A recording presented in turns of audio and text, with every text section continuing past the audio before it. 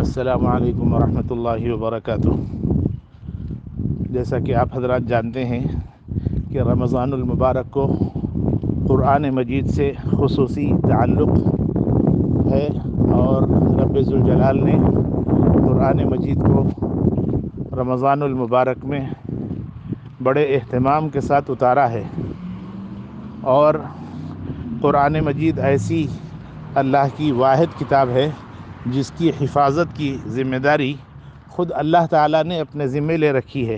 توریت، انجیل، زبور اور دیگر صحیفے حضرت موسیٰ کے ہوں یا حضرت عیسیٰ علیہ السلام کے ہوں، ان صحیفوں کو بھی رب ذوالجلال نے نازل فرمایا۔ اور بہت ساری کتابیں وہ بھی ہیں صحیفے کی شکل میں جس کے بارے میں ہم کو نہ نالج ہے نہ علم ہے، وہ بھی اللہ ہی نے اتاری۔ اس کی حفاظت کی ذمہ داری اللہ تعالیٰ نے بندوں کے اوپر رکھی تھی اور وہ محفوظ نہیں رہیں۔ اور آپ جانتے ہیں فاللہ خیر حافظہ، سب سے بہترین حفاظت کرنے والے اللہ ہیں۔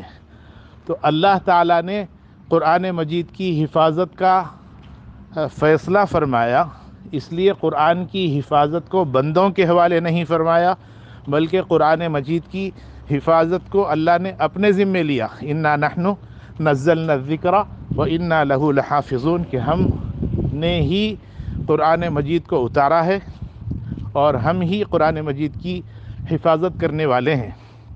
بندوں کو اللہ تعالیٰ ذریعہ بناتے ہیں، حافظ قرآن بنا دیتے ہیں، سینوں میں محفوظ کر دیتے ہیں، یہ سب اللہ کا کام ہے، اور اللہ تعالیٰ اپنے کام میں پکے ہیں، اللہ تعالیٰ اپنا کام انجام دے رہے ہیں۔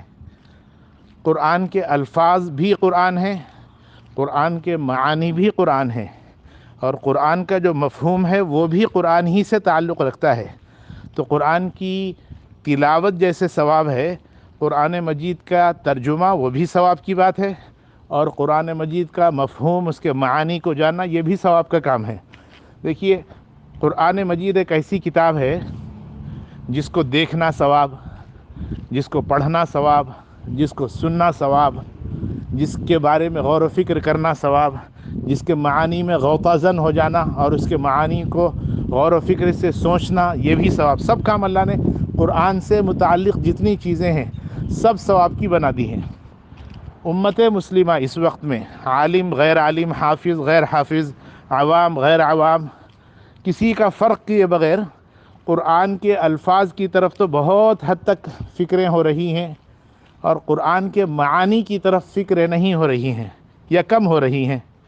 دیکھیے، قرآن میں کیا لکھا ہے جب تک آپ کو معلوم نہیں ہوگا اس وقت تک آپ قرآن سے تعلق اپنا مضبوط نہیں کر سکتے، اور قرآن سے جب تک تعلق مضبوط نہ ہو جائے اس وقت تک قرآن کی صحیح لذت، قرآن کا صحیح لطف کوئی شخص حاصل نہیں کر سکتا۔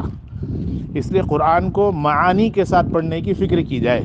میں تو اپنے دوستوں سے عرض کرتا ہوں، روزانہ ایک ایک آیت، بہت زیادہ برڈن نہ لیں اپنے آپ پر، روزانہ ایک آیت اس کی عربی میں پڑھیے، پھر اس کے بعد اس کا ترجمہ پڑھیے۔ اپنی طرف سے قرآن میں کوئی چیز ایڈ مت کیجیے۔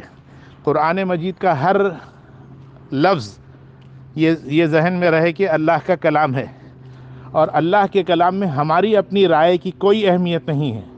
اللہ کی رائے رسول اکرم صلی اللہ علیہ وسلم کے طریقے سے ہم کو معلوم ہوگی۔ اس لیے قرآن مجید کو معانی کے ساتھ پڑھنے کی فکر کی جائے۔ یاد رکھیے، قرآن میں اللہ نے کئی جگہوں پر یا ایھا الناس فرمایا، یا ایھا الذین آمنوا فرمایا۔ جہاں کہیں یا ایھا الذین آمنوا ہے یا ایھا الناس ہے، اس میں اللہ ہم سے خطاب کر رہے ہیں۔ ایسی پوری قرآن مجید اللہ تعالیٰ سے گفتگو ہے کہ اللہ سے آپ بات کر رہے ہیں۔ اللہ کیا چاہتے ہیں وہ آپ کو اس میں معلوم ہوگا۔ آپ اس کو سمجھے ہی نہیں، یا ایھا الناس تیزی سے پڑھ گئے، یا ایھا الذین آمنوا تیزی سے پڑھ گئے، تو پڑھنے کی وجہ سے الفاظ کا ثواب تو حاصل کر لیں گے، مگر اللہ کی مراد کیا ہے، اللہ کا منشا کیا ہے، اللہ ہم سے کیا چاہتے ہیں، وہ معلوم کرنا بہت ضروری ہے۔ اس کے لیے دوستو، میں اپنے دوستوں سے عرض کرتا ہوں، آپ سے بھی عرض کروں گا، بھائیوں بہنوں سب سے عرض ہے کہ قرآن کو ترجمے کے ساتھ پڑھنے کی فکر کیجیے، اپنی مرضی کا ترجمہ نہ کیجیے۔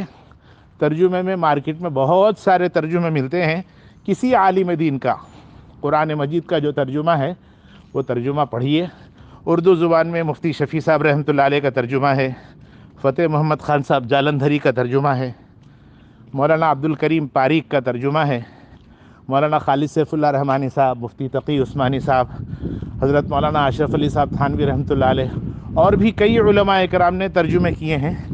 کسی عالم دین کا ترجمہ لیجئے، ایک آیت پڑھیے، اس کا ترجمہ پڑھیے، اور گھر کے اندر اگر ماحول بدلنا ہے تو اس کے لیے میں اپنے دوستوں سے عرض کرتا ہوں کہ ایک آیت خالی پڑھیے نہیں، اپنے بچوں کو، بیگم کو، ماں باپ اگر ہیں تو ماں باپ کو، بھائی بہنوں کو لے کر بیٹھیے، جس کو صاف اچھا آتا پڑھنا وہ ایک آیت پڑھے اور سب اس کی تلاوت کو سنیں، پھر ترجمہ اس کا جو لکھا ہے وہ سنیں۔